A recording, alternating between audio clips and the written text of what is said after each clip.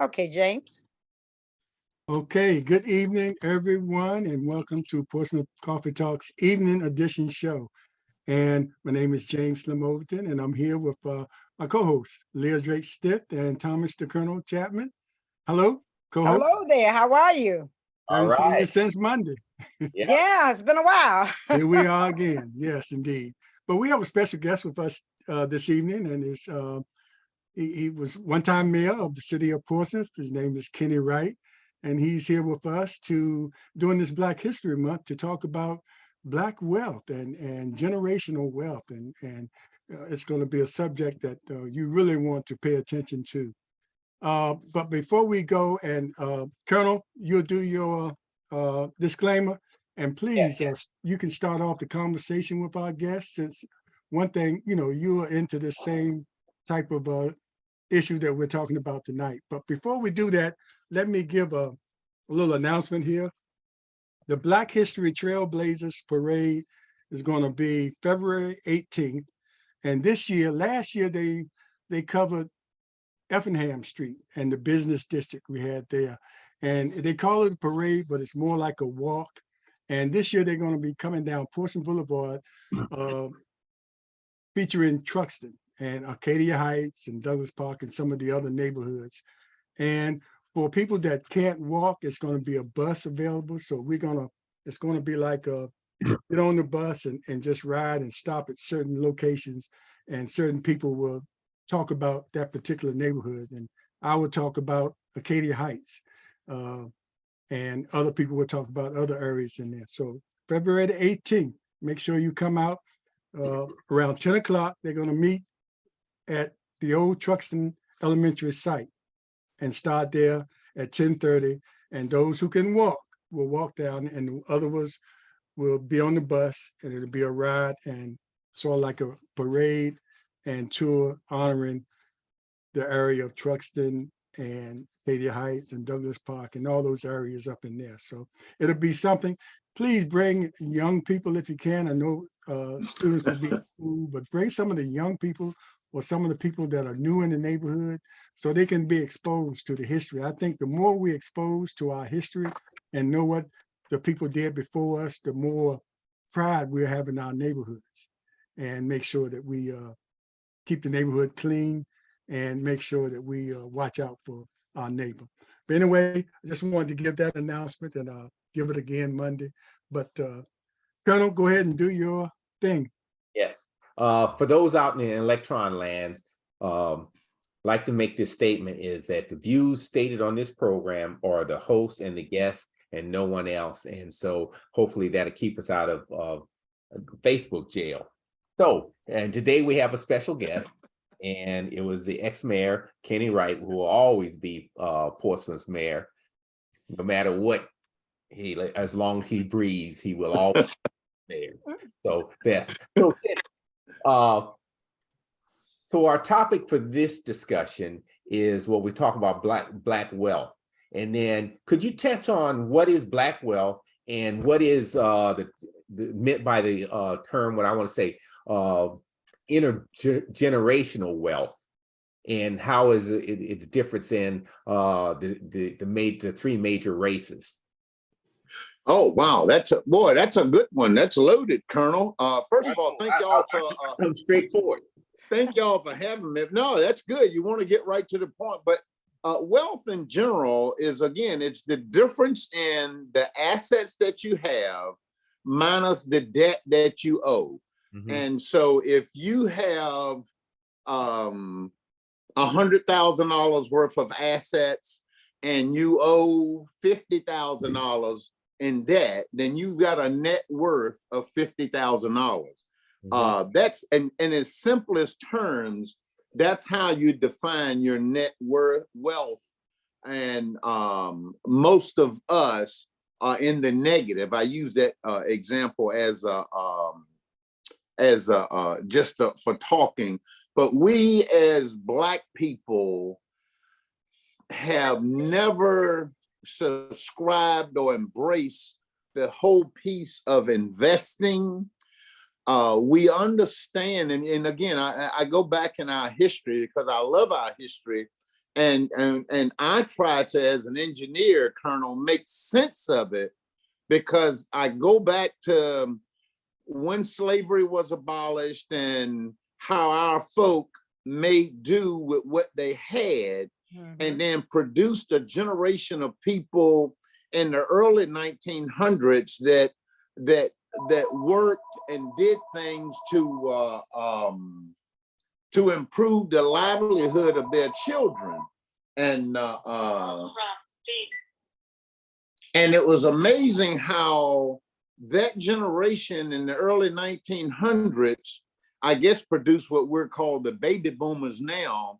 And you're starting to see a relapse in home ownership, and the wealth gap is getting wider. And in some cases, you look in some studies that, I mean, like in housing, the housing gap is worse today than what it was in 1960. That was before the housing laws were put into place in 1968.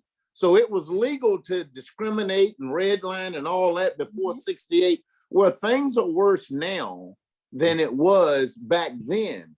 And so the engineer in you asks, what causes that? How do we do that? How do we go from making all of this progress to having kids and grandkids and great grandkids, and they not understanding that legacy? They not understanding what mama, daddy, grandmama, and great grandpapa and them did, and how to take that and move it the next step on.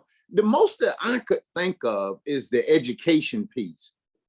I mean, and I don't know what it is, and it's probably driven by slavery, that, you know, for whatever reason, we trying to find blaze our own trail every generation. There's not a whole lot of transferring of wealth. There's not a lot of transferring of knowledge. And there's almost not a lot of younger people that appear to care about it.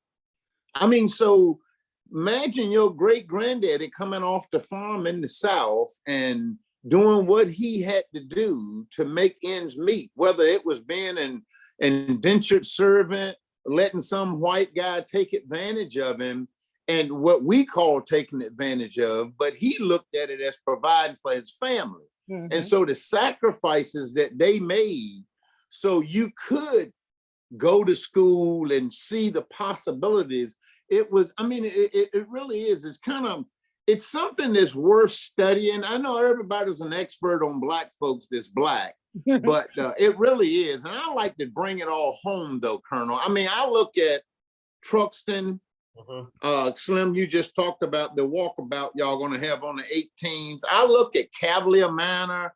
I look at all of these prominent Black neighborhoods that are deteriorating, and the families are losing their homes.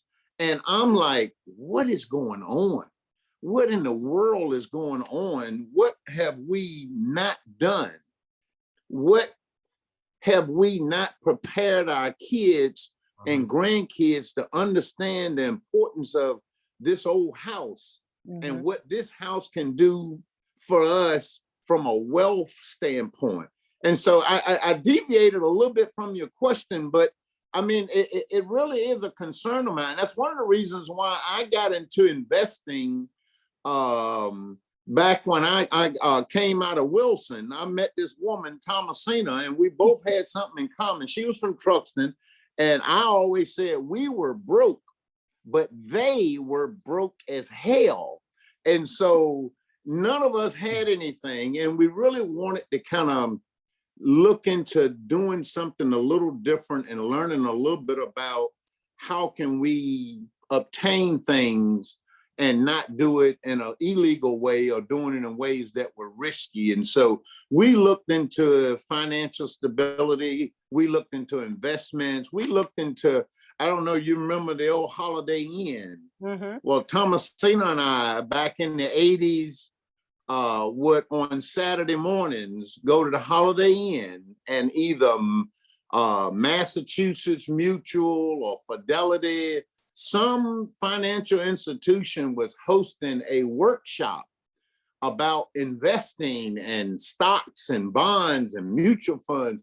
And they would always have cookies and sodas and all that. And we would always say, we're going to go in, we're not going to sign anything, we're not going to commit to anything, but we're just going to listen. And believe it or not, that's been 40 years ago. And we're still doing it today. We go to financial shops. As a matter of fact, we just made reservations last week. We're going to Nashville, Tennessee in April 15th, I believe. There's an economic empowerment workshop that's going on there. And it talks about the Black communities and Black wealth and investing in general. And it really has helped us and got us to where we are today. But I'm telling you, but it was something that, you know, you had to learn because it wasn't a whole lot passed down in your family when it came to investments. And you know, statistics show that most Blacks, if they have anything invested, it's in their home. And that's good. I mean, if we could just get home ownership and be able to transfer that over to the next generation, it would be helpful if that generation understood that you don't sell this house, you don't lose this house, you use this house to be able to build wealth for you and your kids. And that's hard though, because a lot of us, again, we've lost that. I don't know if the connectivity between generations, I don't know what it is. I mean, we don't not only had an issue in wealth management, we've got it in everything, whether it's civil rights movement, whatever. When it comes to interfacing with our younger people and trying to do the whole lessons learned piece, there's a gap there. And you know, and I don't know if it's the older generation's fault or the younger generation or just where the miscommunication is, but that's got to stop. We got to find a way to kill that. Right. Well, Kenny, you hit on a couple good topics, and then so one, we know there's an educational financial gap amongst our population. We don't get it in grade school. We don't get any in high school. Depending on what your major is in college, you don't get it then unless you go in accounting or something, or you know, or something right. Like that. And you're not going to even get it in grad school unless you that's part of your major. And then so all along the lines, and then so a lot of times our parents, they don't, you know, that generation didn't know what they didn't know. Right. Comes to mutual funds and investment thing. They were back in the days of old passive savings, which was by the time you put your money in there, you're at a net negative when you pay the taxes on it. And then you also hit the topic of home ownership. Yes, and now with the cost of houses being up so high, I fear for young folks now because you can't afford a house because rents is, as they say, I forgot there's a rapper says rents is too high. Go Yeah. ahead on Colonel Rap for us one time. Yeah.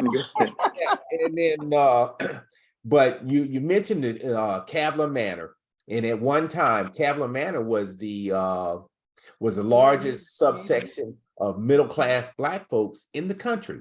That's right. And to see it have a definite turn down from the for what it was as it transitions, you know, the parents leave it to the kids or the grandkids, and they're not having the wherewithal to keep it and also keep it up. Right. And losing it and having to sell it for pennies on the dollar. Right. Especially after the house has been paid for, and if you don't pay taxes on it or sell it, and the only thing you got to show for it is a pocket full of money in a Cadillac, which is a depreciated asset. And I use that as just an example. And statistics show that pocket full of money in a Cadillac, it all is depleted in 18 months. Yes. And Yeah. these seminars that we go through and things, we learn a lot. I don't know if you know Carla Harris. She's a executive vice chair, I believe, of Morgan Stanley. And she did a conference up in Boston about 5 years ago. And Thomasina and I went to, and she talked about, and this was a room full of Black wealthy people. And she asked for a raise of hands, how many of you have sat down with your children and explained your financial situation, your wealth, where it is, and all of that? And in this room of it was probably about 300 or 400 people, Colonel, maybe about 5 hands went up. And I was like, wow, one of the things we don't do is talk to our kids and educate them about what we have. So upon our death, if you leave them anything, they're in shock. And when they get it, they're not educated to the point to understand how to use it. And she say the data shows that in 18 months, if you leave them $1 million or $50, in 18 months, they're gonna use it or lose it. And I was like, wow. And so it was, and the whole purpose of what Miss Harris was trying to tell you is go home and have a conversation with your children about your assets and what you have, and make sure they understand, because you will lose all that. And so in 18 months, even if you do well in your life, in 18 months, they won't know the Colonel ever existed. They won't know any of your hard work or any of that ever existed, because your kids didn't understand how important what you had and what you left to the family was a building block for them to take it to the next level. And so that was shocking to me when I heard that, Colonel. But you do know now the stats are 70, almost 75% of Black Americans don't have a will or an estate plan. Okay. And so most of the homes that we've lost over the last, probably the last decade, has most of those houses have been lost due to heir property laws and things of that nature. Because again, you mentioned it earlier about our parents didn't know what they didn't know, but you leave this property and you've got 4 or 5 kids and you don't have a will or you don't have an estate plan, there's normally infighting that goes on. There's normally a lack of communication of who's going to take up the property, who's going to keep the taxes up, who's going to fix it. And so it goes into despair.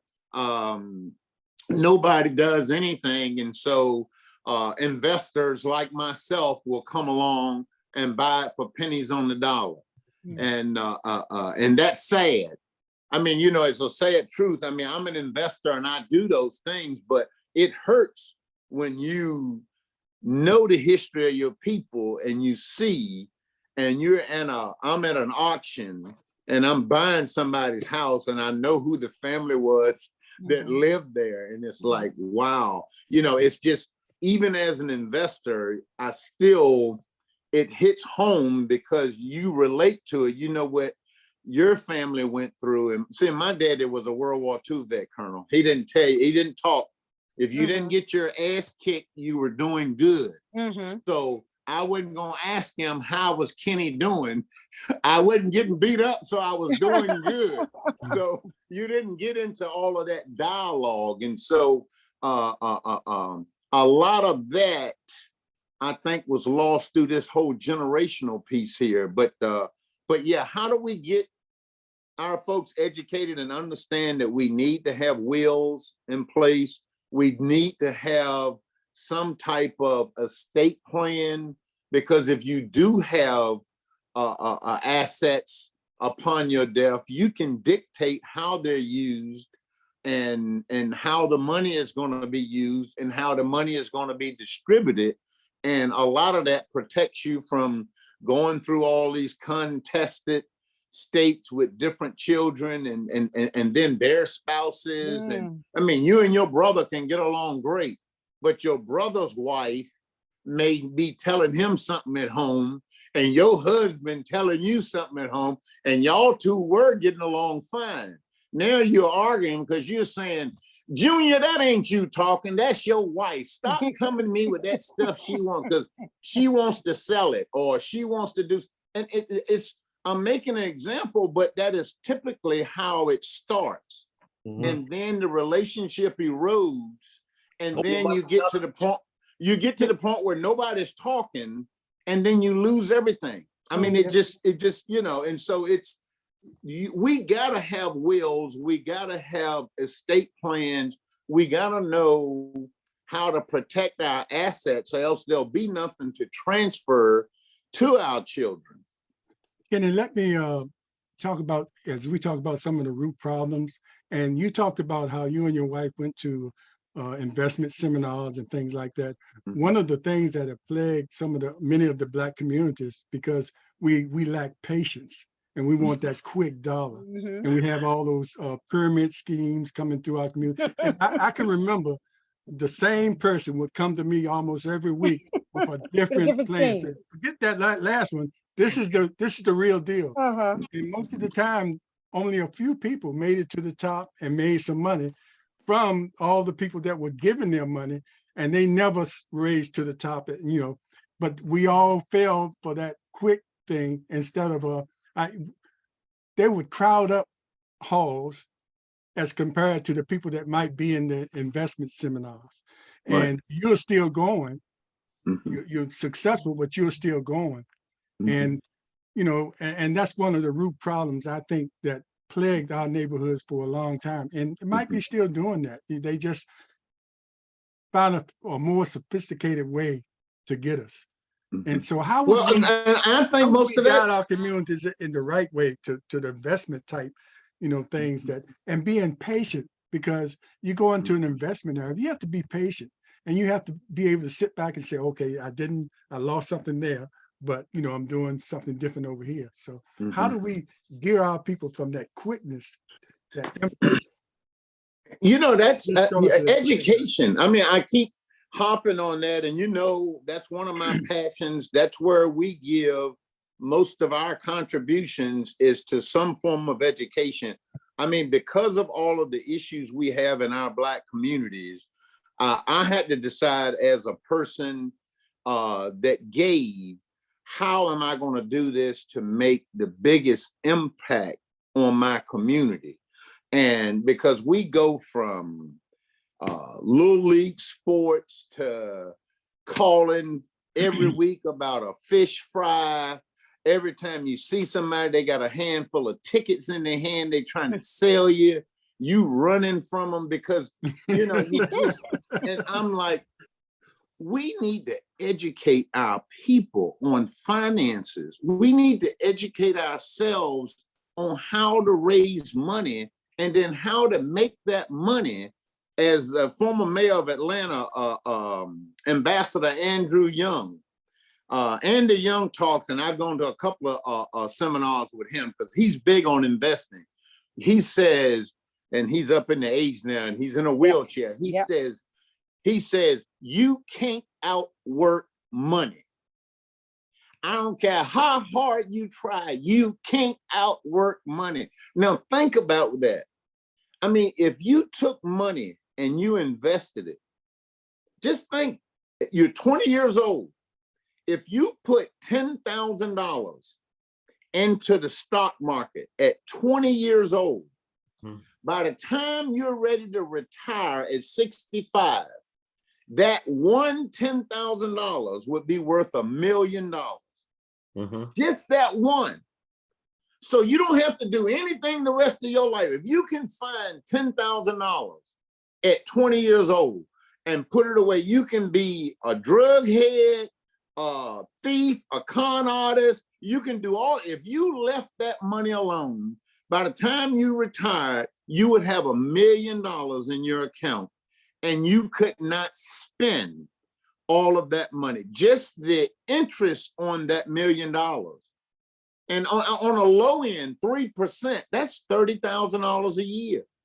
So at retirement, I mean, we gotta educate our folk, but they also gotta understand that it takes discipline, it takes hard work, and it's not a get rich quick scheme. But it is something that if you understood it and got engaged with it, it's just like following sports or anything else. You can, I'm telling you, you're talking to a fanatic. I look forward every year. I don't know if y'all ever heard of Warren Buffett, but I look forward every year to Warren Buffett, who is the chair of Berkshire Hathaway, his annual report. Warren Buffett has a following that is out of this world. Of all of the hundreds of thousands of publicly trading companies, most people follow that man. That man is 92 years old. And his assistant, his number 2, is a guy named Charlie Munger. And Mr. Munger is 99 years old. Wow. These two old birds have been doing this for over 70 years. And these guys talk about the steps in investing, the companies that and the things that they look for. And it's all simplistic. Leah, it ain't nothing high tech. It is, I mean, just look in your community at what we use. I mean, you use Clorox, you got ketchup, mustard, we drink Coke and Pepsi. Those things aren't going anywhere, you know, and you work at a gas station. It doesn't matter how much money you make. You could be working at the gas station as a night attendant. If you would take 10 to 15% of that and invest it in the company that you're working for, whether it's Exxon or who, if you did that in about 20 years, you would have more money invested than you could make. I mean, how do you convey that to our people and get them to understand the whole piece about finances? I mean, because we don't understand money. I mean, just look at the data. Our buying power, the Black buying power in this country last year went from 1.2 trillion to 1.6 trillion. We buy everything. Our net worth dropped 4%. So your net worth dropped, but your spending power increased. Who does that? I mean, who does that? And we got a generation of our young people. Now, this is the good news, is a lot of our younger people are starting to get involved with investments. A lot of it is because of this crazy Bitcoin. Yes. Because I wanted to ask you about that, Kenny. I don't own it. I wouldn't own it. I wouldn't, if you ask me my opinion, I am a student of Warren Buffett, and he shies away from it because these guys teach you that you got to have certain fundamentals. And if that company has these check marks that you can check off, then that's a company worth investing into. When these people show up with this, I got this thing here, this shiny thing, and it's going to turn into something. It's almost like one of those schemes that Slim was talking about. And, you know, and the Bitcoin community gets upset when they hear that, because there are some facets of Bitcoin that could possibly be used into our monetary system. But the way it's being couched and the way it's bringing people in, everybody think they're going to get rich overnight. And I don't know if y'all familiar with FTX. Yes. But that guy was worth billions of dollars, and overnight he lost every dime. All of it gone. He's sitting now in jail and they're investigating the scheme that him and some other young kids put together in the Bahamas. Okay, and the whole world was following this young man and this scheme. And again, it's back to what Slim was saying. It is this, we want something for nothing. We want to get rich overnight. And just the thrill of that. I mean, we all do it. I love to gamble. I mean, I don't mind if I'm gonna gamble, I'm gonna say, okay, I'm gonna lose this. And that's all I'm taking. I'm not running back home to get more. I'm not gonna ask you at the place, hey, Leah, loan me $5 so I can put in here. And if you got that discipline, that's okay. But unfortunately, most of us don't. And so we just keep slowly falling into a point where it deteriorates not only our finances, but our family life and everything. I mean, you know, and drugs do that, gambling does that, all kinds of things. And so it all relates back to education and understanding that you can do those things for entertainment purposes, but you need to put a limit on that. But if there's a decision between the rent and doing that, that's not a decision. You don't even make that decision. The rent goes. Kenny, I'm telling you, when I worked for the Pines, I used to have to go to Vegas all the time. And Okay. an older gentleman there said, you put in your left pocket what you plan to spend. You put all your winnings in your right pocket. When your Okay. left pocket is empty, it's time to walk away from the table. Walk Don't away. go into that right pocket to take that money out. Walk away. But Yep. Kenny, I had a question in reference to air property, right? Uh-huh. If you have air property, and you may have the person who may have passed may have had 4 children. 4 children passed. The 4 children have 12 grandkids. Some of them passed. Then you got the great grands. What is the thought on that That's- air property when you got so many people who are That's at a the big end of issue. it? That's You a know, big issue. Yeah. That's what they call in the engineering world a cluster. thank you. Don't say it. Don't And, say it. Don't say it. Don't And say it. that property is only minutes away from an investor coming in and scooping it up Yep. for pennies on the dollar.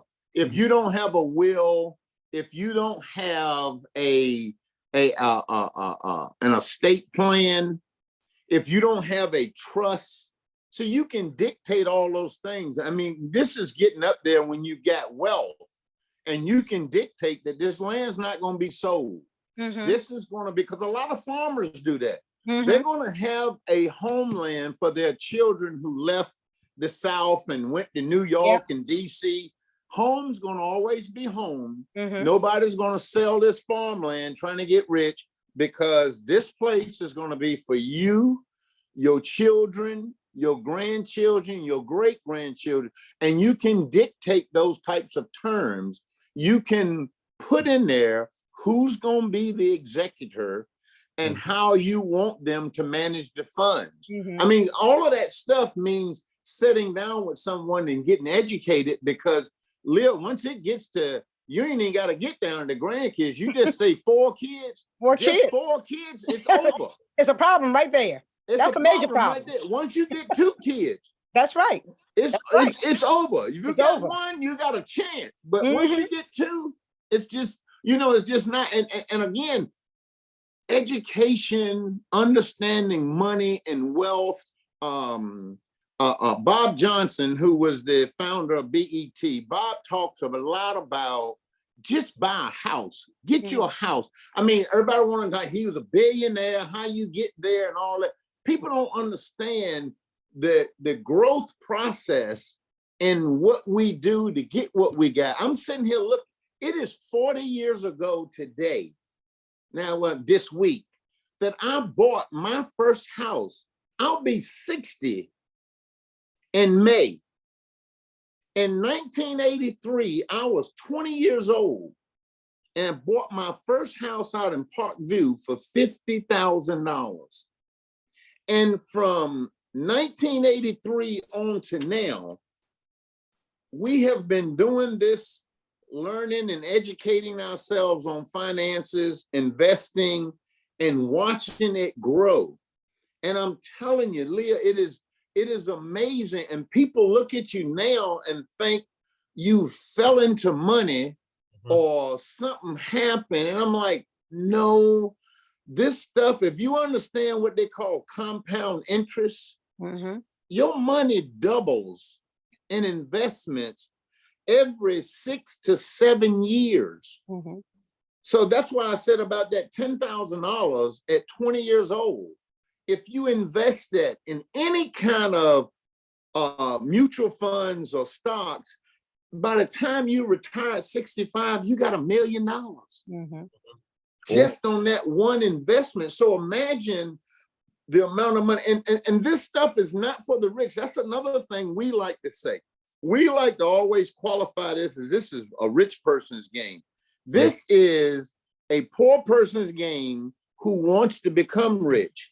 You need to learn how to take one of your $10 and put it away and allow it to grow. And that's not new. Grandmama did it. Okay, she didn't have the investment knowledge and all that, but grandma always had a can in the backyard. Okay. Uncle Dan buried in the backyard. That's right. And Daddy had that wall in his room where he had money. We all had ways to save, and we all did it through generations. And so this is nothing new to us. So for us to act like we don't understand how to put something away for a rainy day is, I just don't buy that. I mean, I know when my father died, my dad has been dead now almost 40 years. Daddy had in his room, I never forget, Daddy had brown paper bags, twisted up, and we untwisted it and money would fall out. And he had up there new truck one day. He wrote that on the brown paper bag, and it was probably $50 in there or $100 twisted up. So he kept putting something in there with that little new truck one day, and it was amazing. You look at that and you go, wow, how much longer that guy had to live to get that new truck? but again, it teaches you, and I gotta tell you, my early bug with this whole investing and want to have something, I'm from a family of 9. So we didn't have much, and you had to fight for everything. And when you're one of the babies, which I was, everything you got were hand-me-downs. Mm-hmm. The only thing I had as a kid, Leah, my mother at F&M Bank up there on High Street opened up a Christmas club for us. Christmas club. That was the big thing, the Leah, Christmas club at the bank. When I was a kid, I had my little book. That's right. I get home from school. I knew it won't but $20 in there, but I had to open that book up just to read $20. Yes. And come Christmas, that thing had grew to about $100 or $200. Now, mind you, with 9 kids, that was the only thing I could call mine. And you're like, and you look at that and you're like, that's the kind of stuff that we've got to get our children understanding, and that, you can slowly do this thing. And then if you put a little bit of knowledge of investing in with this little bit of knowledge of saving over the course of a 20, 30-year period, because we never think we're going to get old. I can tell you right now, I never thought I'd be 60. I never thought I'd be talking about my 40 years of investing. But it happens. Life happens. Time goes on. And the longer you keep putting off, not putting something away for your kids, for college, not having a life insurance policy, or not under, that's another phenomenon. Do you know Black folks are the most life insured people on the planet? We now are at 56%. We more insured than white folks. White folks are like 52, I think. But guess what we do? We're not covered properly. Most of us think life insurance is to pay the funeral bill and the final things. We don't understand, if you leave this earth and you got a family, that family still has to exist. And so you got to account for how much coverage do I need for my wife and kids to be able to carry on. And so again, that's good news that we're getting insured. Now, a lot of us have got insured over the last few years because of COVID. Again, we got to be scared sometimes into stuff. So now everybody dying. So Black folks is running and getting these policies.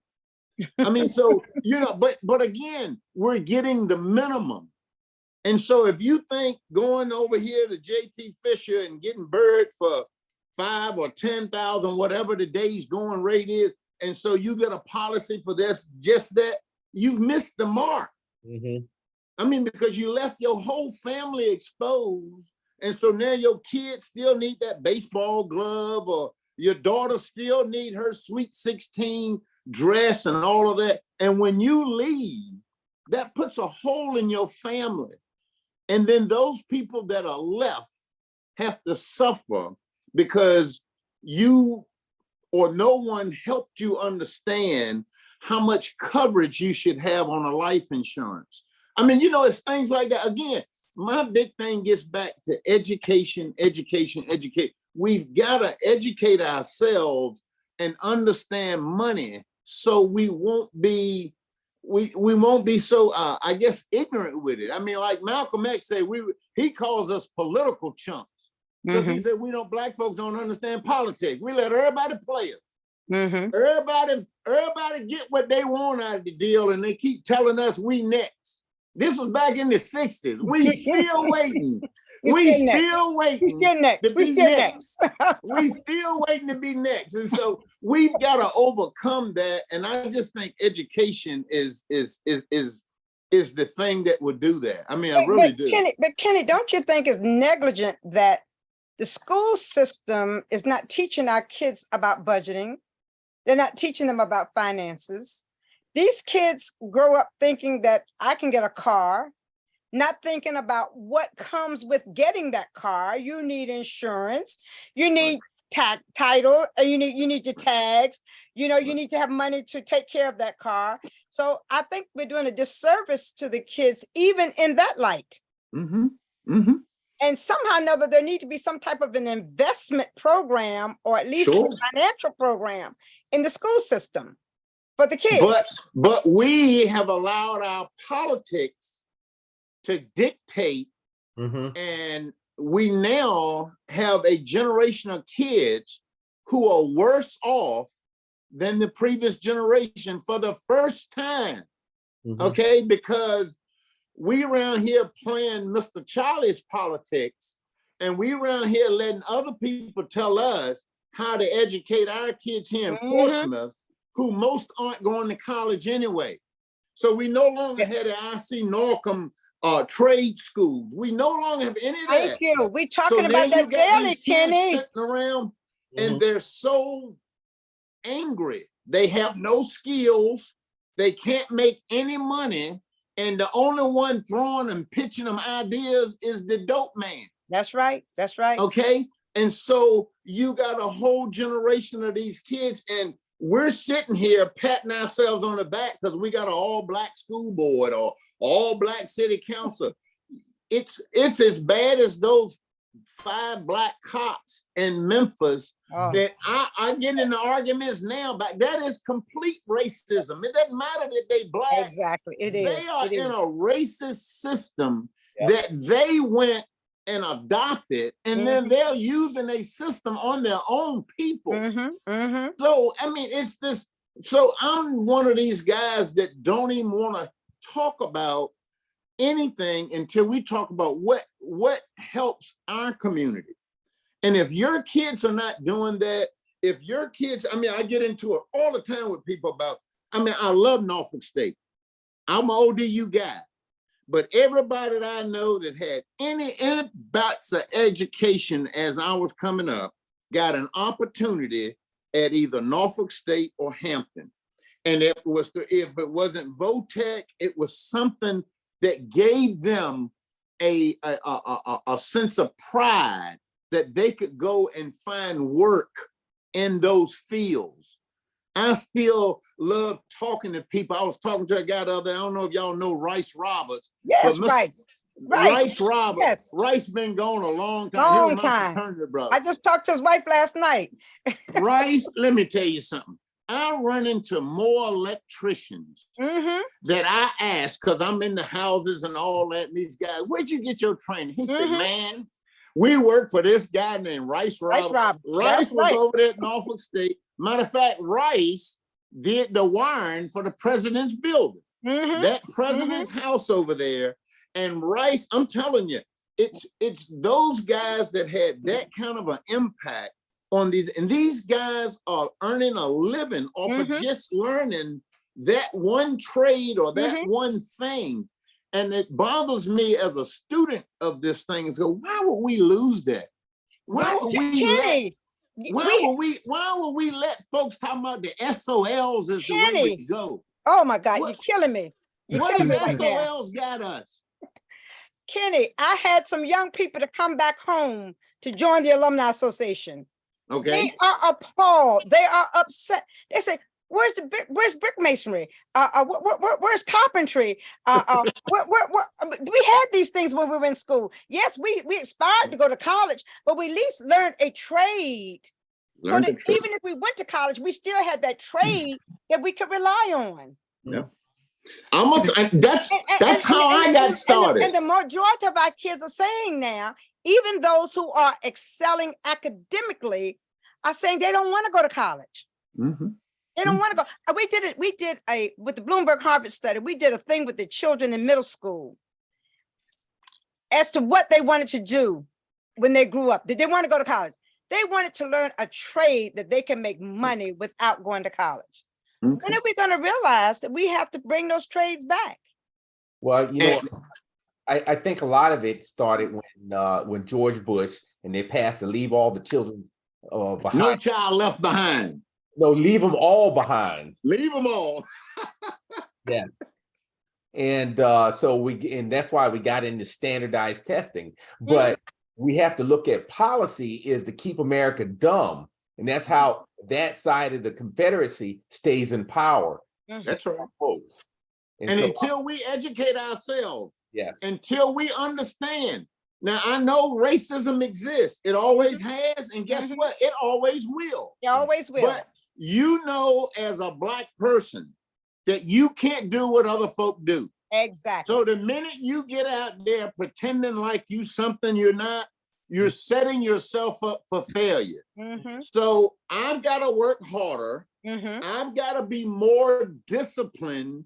I've got to be less risk-taking than my white counterparts because of several things. But the one thing is, if they get caught, okay, they probably got Uncle Charlie who golfs with Judge so-and-so. That's right. And then their mama is the secretary to Dr. Wiedenschein, who knows somebody on the parole board. So say it, Kenny. Look, I'm telling you. besides that individual has a family with generational wealth. Thank you. So if he loses his career, he's still got family wealth that he'll get some kind of monthly check. He'll have a house to live in. You don't have that. Exactly. So you're risking everything doing something that you shouldn't be doing or pretending that you're somebody that you're not. And I mean, a lot of people get upset with me when I say it that way, Leah, because I am very confident in what I want out of life. And I am dogmatic when it comes to accomplishing it. And nothing fuels me more than you tell me I can't do it. Okay. I mean, those types of things this whole weight loss thing I'm in, and you working it out. You're working it out, Kenny. 125 pounds. I'm like, I'm going to do this because again, we all got to be determined in what we want. And we take our family's wealth and you look at what and where your family started and what they had, and you look at your history and you look at where you are now. If you're satisfied with that, that's great. But if you've lost progress, y'all lost family property, if you can walk by somewhere and say that used to be dead as a fish market, and now the fish market been sold and Mr. Charlie, well, how did he lose the fish? Oh, you weren't interested in fish. Well, you didn't understand that that fish market had more to do with business than it did with fish. Your daddy probably didn't even know how to bait the hooks and catch them, but he knew how to sell them. And he created an opportunity for people. And that's what we got to teach our kids about: understanding business, understanding family legacy, and being proud. If we're not proud, our kids want to go everywhere. They want to go to Florida, they want to go to Charlotte, they want to go to New York, they want to go anywhere but here, because they're not proud of what our legacy or where they come from. I don't think we tell the true story.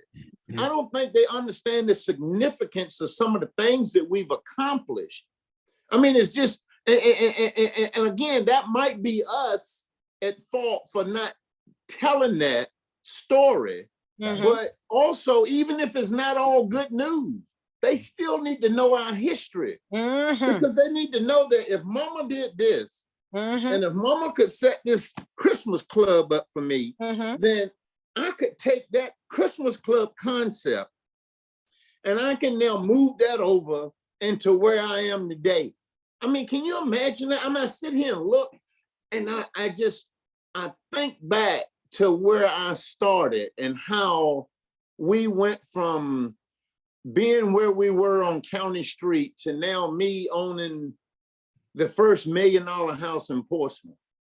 I mean, and you're like, wow. I mean, you're sitting here going to financial seminars and sitting next to millionaires and billionaires that talk about how they invest, where they invest, and what they do, and you don't want to share your story with them because you're afraid they're going to say, oh, this guy he ain't cut from the same cloth that we are.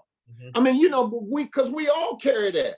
It's during the social hour, right? Nobody wants social hour because everybody talk about what their granddaddy did, their great granddaddy owned this, my grandma, and you don't have a story to share.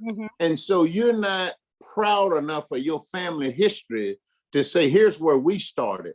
And you don't understand, they will respect you more because they found out you came from nothing. You took something and made it bigger. You won't like this guy Trump.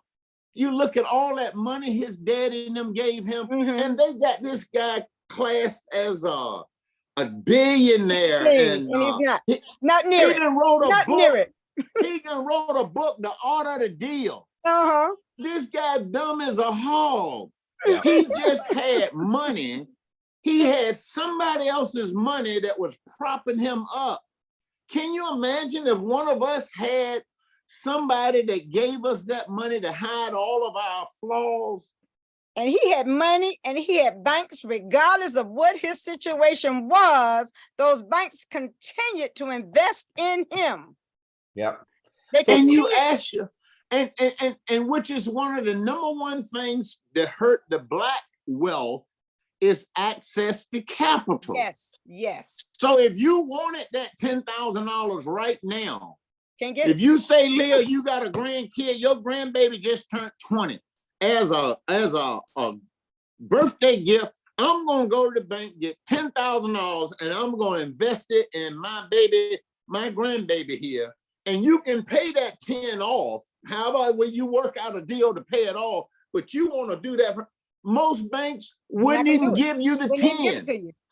So there's a whole opportunity of generational wealth that happened with Black folks with redlining in the housing industry.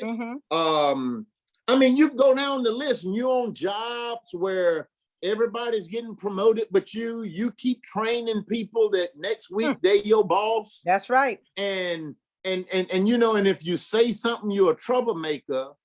But if you don't say something, they say, oh, this dumbass, and we're going to keep doing it. So they keep handing you training people. And And you look at other folks' kids going to private school, other folks paying for all of these extracurricular things that help shape their children, and your kids don't have access to any of that, and you don't think that's worth fighting for because you don't do politics. I heard a lot of us, we don't do politics, and you look at us and 60% of us don't vote.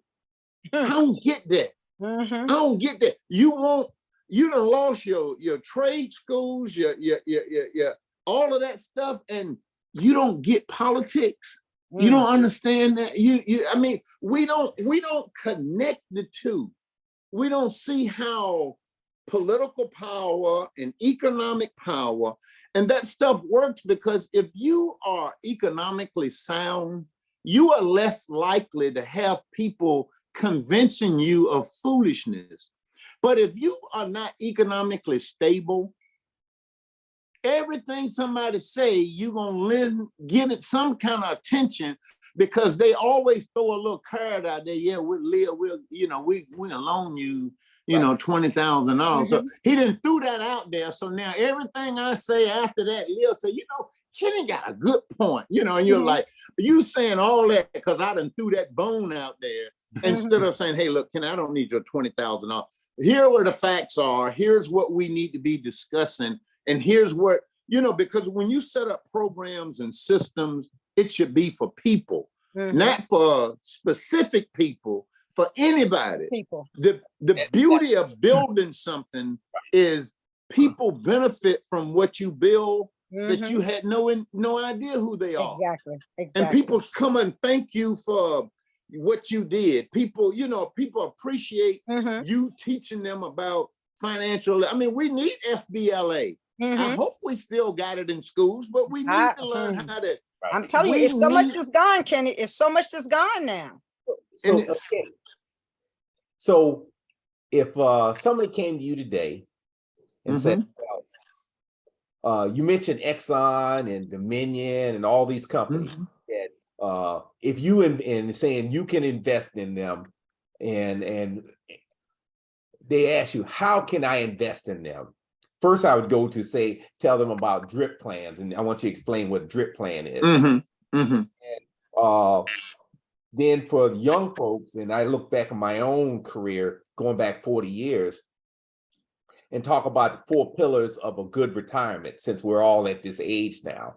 I also said you plan from your first job to what you're going to do at your last job. You're going to allow the jobs in there and what you're going to have. So you're building up those 4 pillars, and Social Security, pension, your investments, and whatever you have in your retirement accounts, in your tax deferred accounts. And then my wife wants to know, she just showed me over there and saying, what's your opinion on those folks taking that last check, trying to double that rent payment over at the casino? And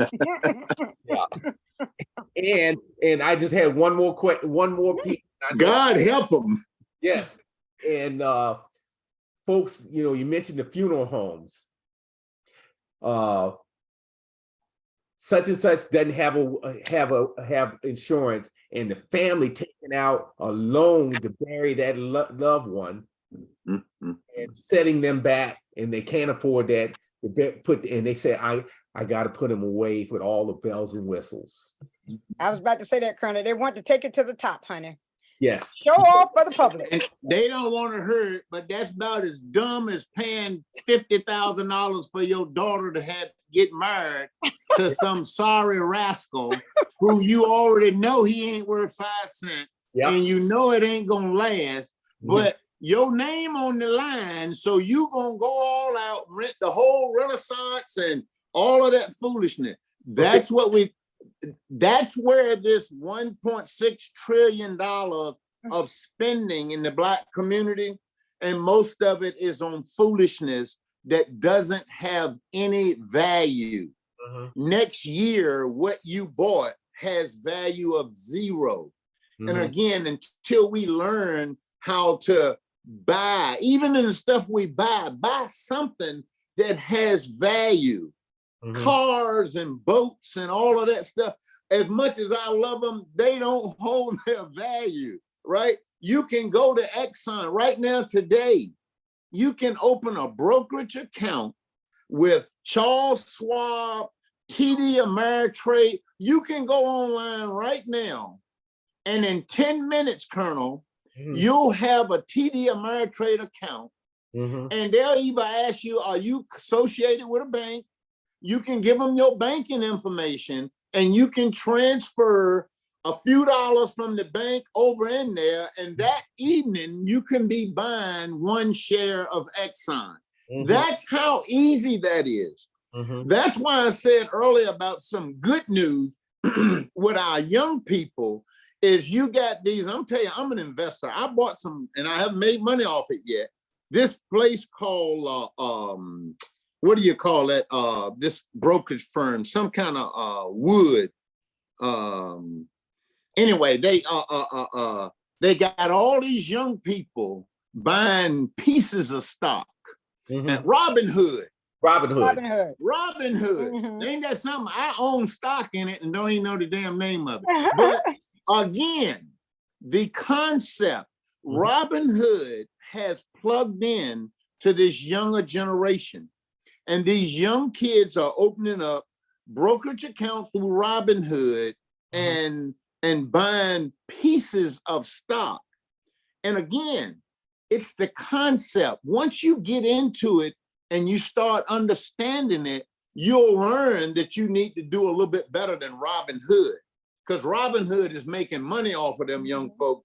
But the number of people that are responding, I just had to buy some stock in that company because of that. I'm telling you, don't ever I own, and my wife told me, don't tell all I own listen, I own $1 million worth of Apple stock. You ever heard of Apple? No, never heard of it before. Never heard of it. Okay. Never heard of it. Now, when I first invested in Apple, this guy, Steve Jobs, was the founder. He's the guy that came up with the Macintosh. That's right. And he made that little, I used to be fascinated about this little thing on the side of your pocket that played music. Yeah. Remember, I'm from Portsmouth. We had a jukebox.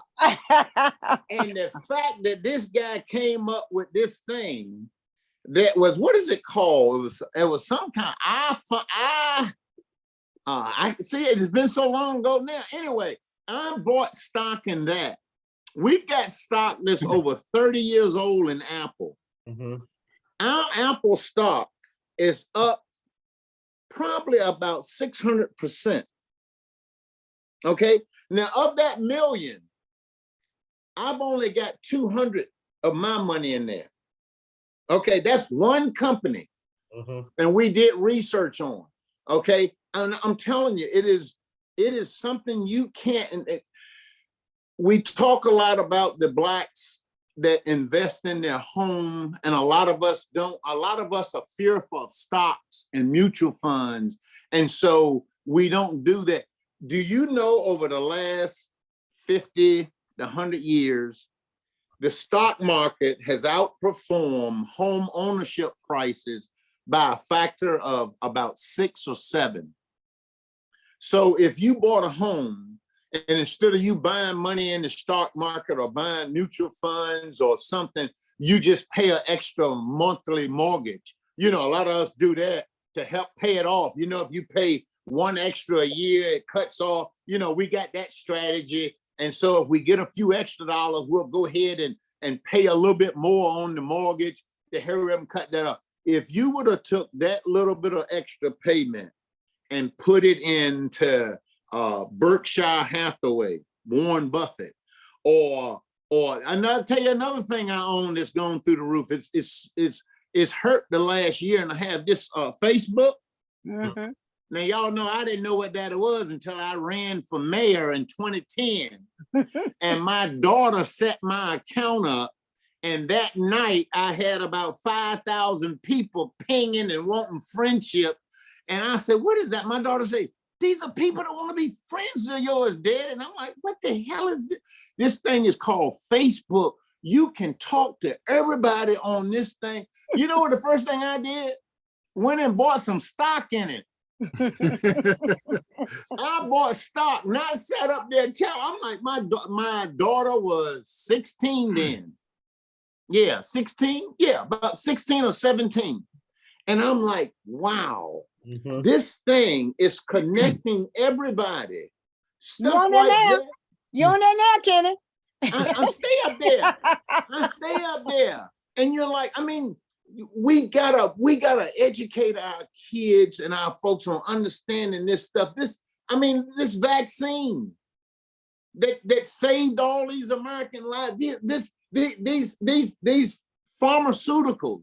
These people are making trillions of dollars, and their shareholders are getting all kinds of dividend payments. I mean, just the President Biden just the other night, he lambasted the oil companies. Yes, he did. Because of they all just announced their earnings was just reported about 2 weeks ago. Most of those companies are having what they call stock buyback programs. That means they have made so much money, they now are buying their own stock back. Okay, I mean, and to the tune of $40 and $50 billion. I mean, can you imagine that? And so being a president like Biden, who's for the working class guy and the union eligibles, and he's like, hold it, you guys are making this kind of profit. And you'd rather buy your own stock back than to do something to help that worker.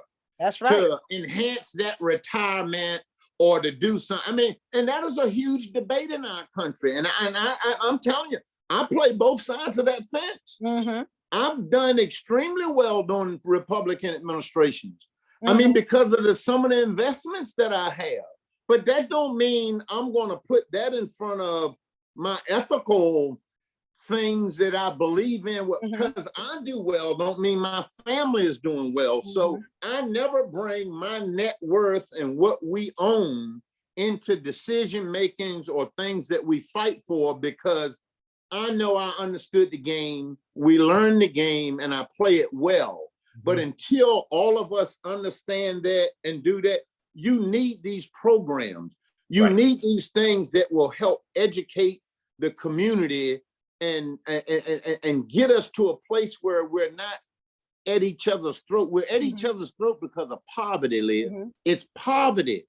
We don't have anything. We don't own anything. People come into towns like Portsmouth and Norfolk, and they manipulate the Black folks. They find 2 or 3 they give a few dollars to and pay them to attack 2 or 3 others. We're all fighting about apples, and the oranges are over here and the eggs are over here. Now the eggs are $10 a dozen, and we over here buying apples, and they giving apples away. And we buying them. They give them away, and Black folks buying them, and eggs over here then triple. It's that kind of foolishness that people keep us distracted. And we're never focused on my 6th grade teacher from Truxton, Miss Hattie Russell. Hattie Russell, she always talked about, we got to get down to brass tacks. That's right. That's right. Get down to brass tacks. All this other foolishness, I don't want to hear. Don't even bring it in my class. Okay, that's the approach we got to have when these people keep coming in our communities, selling us a bill of goods. And we got to understand this whole thing about wealth. That whole thing going on in politics, it's about wealth. It's about, guess what? All those people got so much money, but they don't want you to have a little piece of the pie. And anybody that Black that understands their game, they're going to target you because they're so afraid you're going to teach somebody else what you know. I mean, I understood the way history books treated Du Bois versus Booker T. Washington, because Booker T. had a more passive, hey, let's assimilate, let's not threaten these folks, let's just learn a trade. You know, and that whole debate went on forever. And they were both right, by the way. They were. Okay, they were both right. They both were right. But you got to learn how to incorporate both of those strategies. But Du Bois talked about the ownership piece, the being equal and and challenging and standing up and being proud and all and Booker T from the South understood the white man in the South. And he understood that that approach is not going to work right now. So right now, we need to learn carpentry. We need to learn brick mason. We need to learn agriculture. We need to be in a position where they have to depend on us to help them do things. That's how you gain your self-worth. You do, you do. And there, I mean, so there's positives on both sides of that. But again, we still arguing about which one was right. They both was right. Both were right. Both were That's right, right. Both was right. And we got to understand that all of us are not going to think alike. And because me and you don't agree on something, Leah, don't mean we hate each other. Exactly. But we make it personal. So anything after you mentioning your name, I don't want to hear it. You say Leah, I don't want to hear nothing else, right? So I could have the greatest ideas, but I'm closed-minded because I want, like Miss Russell say, get down to brass tacks. Knuckles. That's right. And stop factoring in all these things that has no significance but keep us at odds with each other. And that has worked in our, I know our time is running out, but you know, I'm telling you, it is mind-boggling how we spend our money. We allow people to use us. We create a culture that everybody else in our race has got to do the same thing or else they feel left out. And so to keep your kids from feeling left out, you go buy that foolishness that everybody else buying, the 8-ball jackets, all this stuff, because you don't want your kid the only one not in school for 8-ball jacket. That's why I'm in favor of uniform. Because of that. Because too many of us are spending time trying to buy that stuff for our kids, and that's dominating the classroom. They ain't learning nothing, but they got 8-ball jackets on. Yeah. Okay, I mean, just think of that. Who else does that? Who else? How do you lose your home, your family land? How do you lose that legacy that grandma and grandpa built, and you sitting here somewhere now renting? Right? And you blaming everybody. You blaming racism. You blaming all those things. I'm telling you, but this whole dollar cost averaging you talked about, that is something that, again, we can all get into investing, Colonel, with just $5 or $10. You don't need hundreds of thousands. I can tell you now, Thomasina and I started out with partial paychecks going into investments back in the 80s and 90s. And I'm talking partial paycheck, part of a $200 weekly paycheck. Okay. There are accounts out there that you can put in. They call it dollar cost averaging. You can put it in and then it averages out over the month. At the end of the month, you've got, say, $300 and you can go buy the stock. The average price of the stock is now $15, so they'll sell it to you for the $15. I mean, there are all kinds of ways to get into investing. And until you take the first step, until you understand that one day this investment is going to make way more money than I can ever make. Back to Andrew Young, you can't outwork money. So if you never put it away and if you never invest it, it'll never grow. How did I do? You did great, Kenny. You've done good, my friend. Yeah, and I like to say as we wind down, and if you agree, Kenny, we like to have you back periodically because this is some kind of information that never gets old and can always be of a help to someone. I mean, you could very well put this in a book and sell it and make more money. But I don't discourage you from doing that. But to give this information like you do. But I have one more question I'd like to ask. You know, you talk about young people investing early. And what about the more mature person who, like you had mentioned earlier, didn't trust doing stocks and bonds, but all of a sudden, with the years they have left on this earth, they feel like they want to try to contribute to some sort of generational wealth that might have been started by one of their kids, but they want to help and contribute to it with the time they have left. What kind of advice would you give them, you know, at a mature state and point in their life as far as investing? Absolutely, the same thing. I mean, a lot of us don't want to go see financial advisors or investment people because we're ashamed that we got to open up our books and you look and see I'm 60 years old and I only got this and that. And so the fear of someone knowing that I haven't quite done what I want keeps us out of going and setting up these meetings with these folks because we don't want anybody to know. So that's the first thing that keep us away from sitting at the table with somebody explaining to us what we can do, because you can do that. You can say, okay, I don't have anything else, but I got a life insurance policy. I want, upon my death, this money to go to, and you may want to skip a generation. If you say you in your 70s or 80s, that means your kids are 50s or 60s, they're pretty much near retirement age. So you want to target your grandchild and get your grandchild on that beating path. So you want to direct money to them. You can do it by setting up a 529. So I want to set up a college fund for my granddaughter. And you can go to any of these places, they have 529s and then they're transferable. So if you got several grandkids, if one get a scholarship and don't need the money, you can transfer it to the next grandchild. But yeah, Slim, a lot of us do that. A lot of us get right at retirement and find out we can't retire because we don't have the money that we thought we had or what we needed. Now, you know, the rule of thumb is you need about 10 times of your salary for retirement.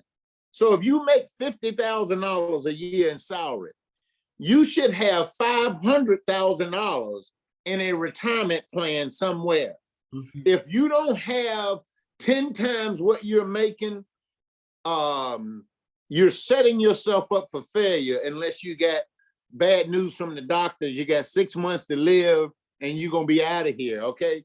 The worst thing you want to do is leave a good job in your elder years and not have the right entire retirement. And that's another reason why a lot of us are still working because we haven't done the work that we should have done earlier. And so now we're 70 years old, still punching a clock. You know, but Slim, that's a great idea. Older people can invest in their children or grandchildren. You can not even a 529, they got other things. They got what they call unified gift to minors. They allow you to gift so much money to a minor and you'll be the custodian, but you put it in your grandbaby's name and you don't get taxed for it. And she's not going to use it or he's not going to use it until college or whatever. And then they'll tax it based on his earnings, not your earnings. There are all kinds of vehicles like that, but you need to go talk to a professional. That's another reason why I talk, because I'm not a professional. Most professionals have certain license and guidelines and things they can say and don't say.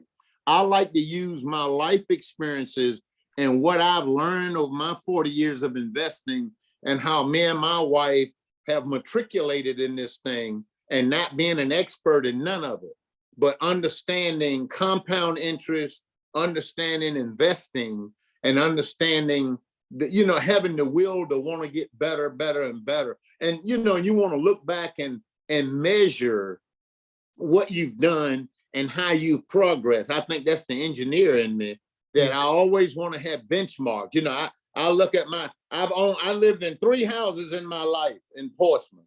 I went from a $50,000 house in the 80s to a $250,000 house in the 90s to $1 million house in 2000. So if you look at it just from net growth, 50,000 to 250,000 to $1 million. That's if you've done nothing else. That's a benchmark that you can use and say, okay, how did you get to those levels? Because clearly you didn't make all that much money. Clearly you didn't have all of that. How were you able to leverage And that's what we got to learn as Black folk, how to collaborate and how to leverage resources so you can have things, because your white counterparts don't have it either. They just have better opportunities and they learn how to leverage. So you putting something in your granddaughter's account will help her leverage that in the future. So when Granddaddy Slim is dead and gone and she's somewhere getting ready to get this $1 million something, and it was because of that account that you set up, she gonna go by the old grave site and put one more rose over there for old Granddaddy Slim. And that's what we got to think in terms of, because we are leaving our kids at a real disadvantage with this lack of education and this lack of understanding of money, to the point that we'll do anything. Who is that? Money, money, money, money. Some people got it. Some people need who was that? OJs. Got to have it. Was that the OJs? Yeah. Yeah, OJ. That almighty dollar. If we learn to understand that and can pass it down to our generations and keep our family property and build upon that legacy, you'd be amazed in 1 or 2 generations how people that came from public housing can be sitting here owning one of the most expensive houses in our city, all through hard work, nothing illegal, nothing into that.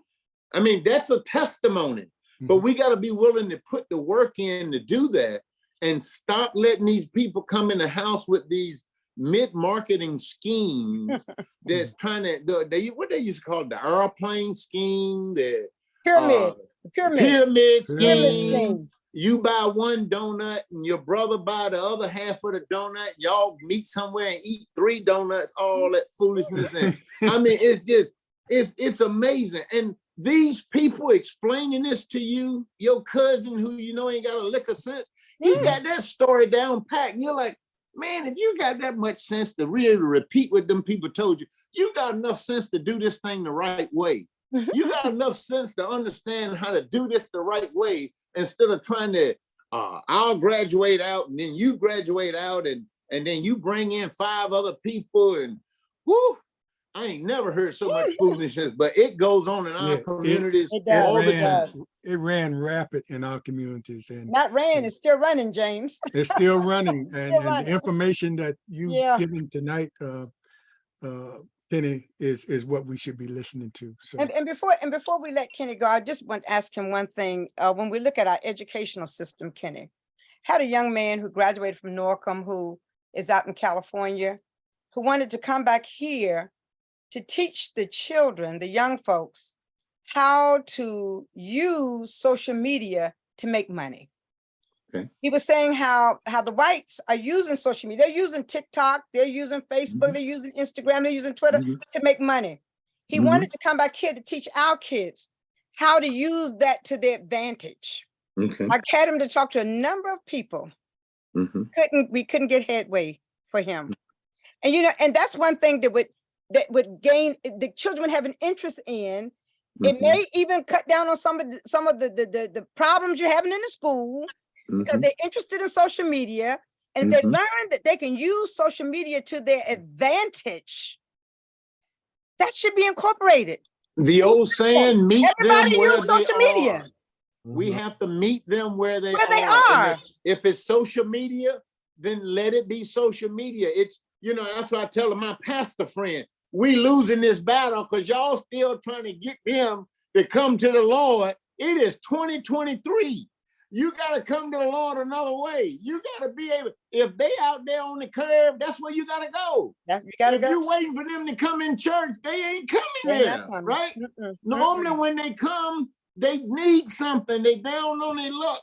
Go and show them the possibilities of this social media thing or whatever this thing is, and what he had the whole thing written out, the whole plan written out.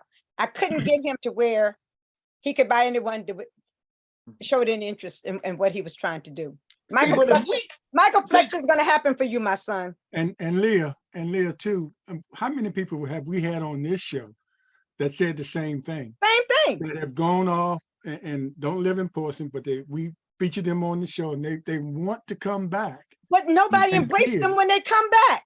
And but we're just going to have to push more for those people that saying they want to come back, and they shouldn't have to beg to come back. Exactly. Once they mention they're willing to come back and teach what they know, what made them successful, we should be reaching out for them Exactly. and bringing Exactly. them back. We into gotta make sure, Slim, one thing that we're all hampered with here in Hampton Roads is this lack of innovation, this lack of initiative. When these folks leave and go in these areas where there are possibilities, where there are Black businesses that are flourishing, where there are people that are in the bank that look like you, in the stock market that look like you, these people build confidence. And once you build that, it's like anything else. Once you learn it, if you really care about Portsmouth, if you really care about your hometown, you want to come back and help somebody. You want to show that, y'all, this stuff is not impossible to obtain. And you come back and you run into roadblocks because we don't have the infrastructure here. We don't have the trade schools.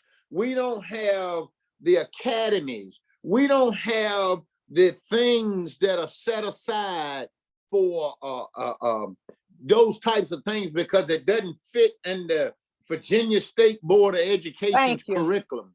Yep.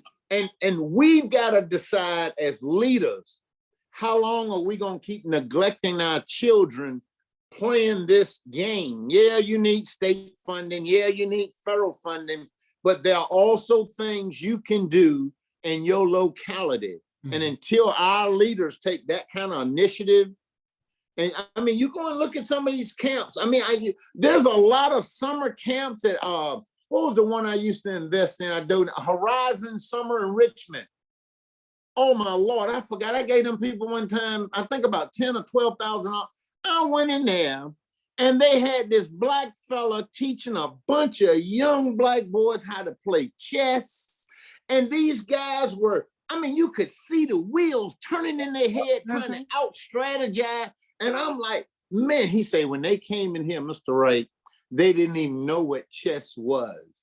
I mean, you know, it's you know how programmed. well chess develops your mind. Yeah, it makes you a critical thinker. Absolutely. And when you have that mindset, that's the start of some great things. And that's what his whole format was. And that's what I'm saying. We got to have avenues for that.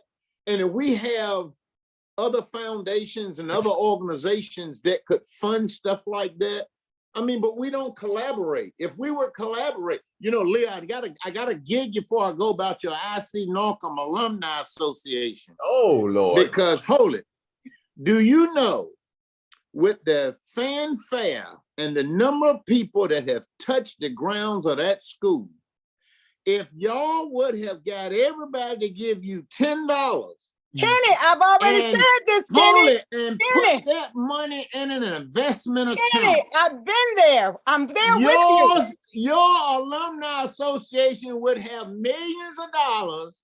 You would be getting thousands and thousands of dollars of interest, and y'all would be fighting on where to give the money away. I'm with you. Kenny, let me tell you one thing, Kenny, though. I got some young, wait a minute, Kenny. Y'all got more people than anybody else got. Everybody I talk to is a Norcom alum. Look, but Kenny, I got some young folks who have come aboard. Okay. And they're putting aside the mindset of those older folks. Okay. Not putting it aside completely. Mindset of doing things another way. Do you hear me? And it is a fabulous thing. If you come in and hear the ideas and the visions that these young people have, these young people have been away from here. They've come back home. My God, I'm telling you what, my mind is blown every time I meet with them. I got one guy say, he said, I'm going to raise $30 million. I mean, he just said it without a blink of the eye. Do you hear me? These young people, they come in the right way, Kenny.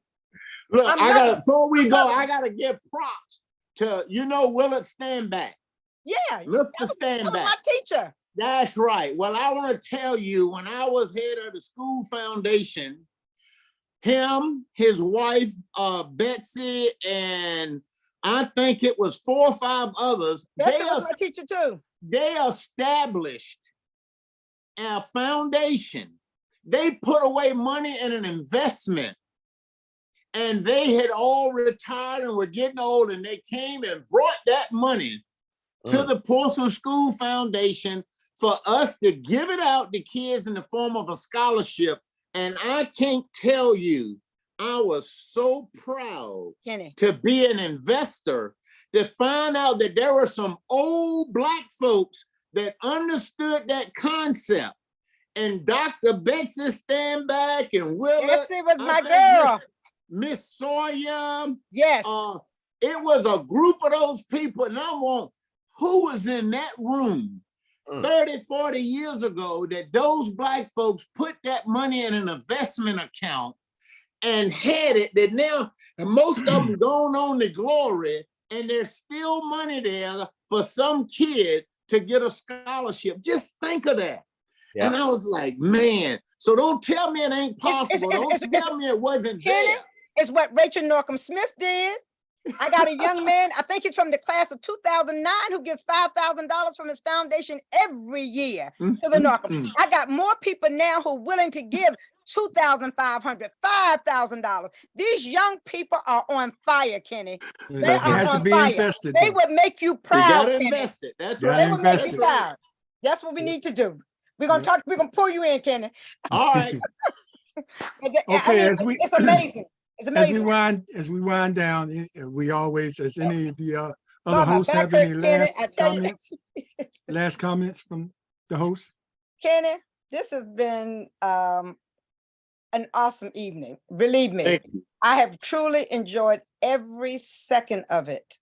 And I just see so many things that we need to do. I don't know how we're going to make it happen, but we have to make it happen. And so I appreciate everything that you've shared with us. And I'm going to tell every member of the Alumni Association, I'm going to tag all of them in on this session here so they can hear for themselves. Challenge them all. Tell them all, give you $100. You're speaking in young people's language. That's right. Speaking of young people's language, and I love every minute of it. So thank you so very much, Kenny. Thank you so very much. Appreciate it. You're welcome. Great evening of learning. Yes, and Kenny, I'll echo what Leah said. And we've hit on a lot of topics and a lot of different things, especially in policies and, just what we don't know that we don't know. And I've always had a fear of us that as a people, one, this next generation is not going to do as well as what we're doing now.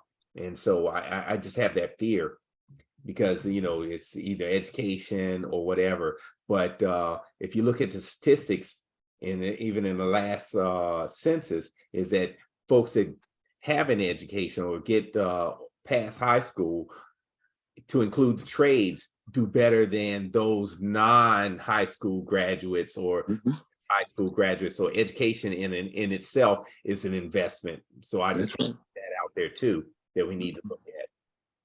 And we need to really look at the 4 pillars of retirement that we need to talk about one day, because one of them being the old style pensions, going back to Reagan. You mentioned the Republicans, they started getting rid of the pensions when they went to the 401k plans, and most young folks aren't putting their money into their 401k plan as much as they should. So and there's an old saying, if you don't save it while you're young, you're not going to have it when you're old. That's right.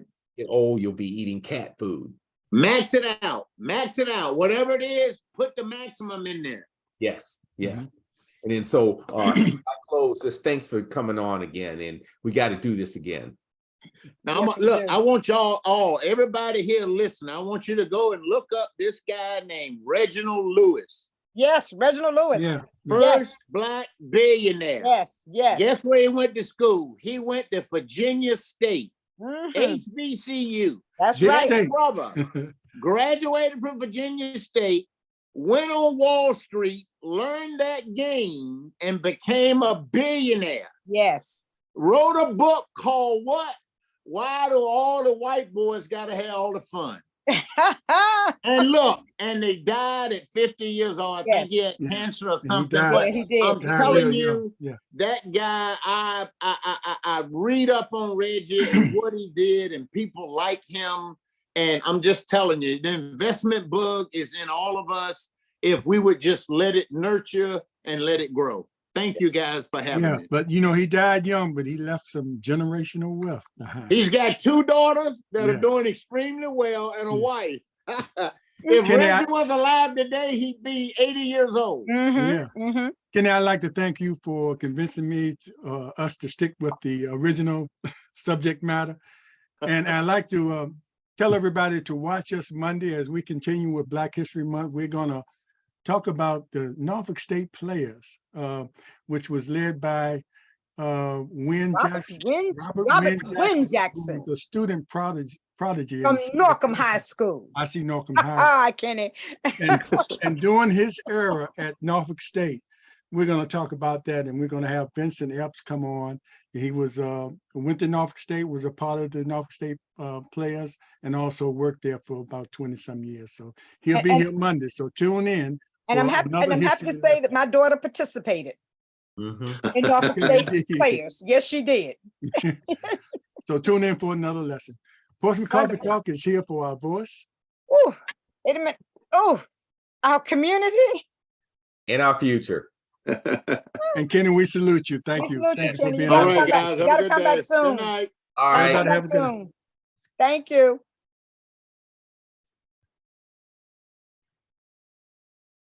All right, people. I knew we- Wait.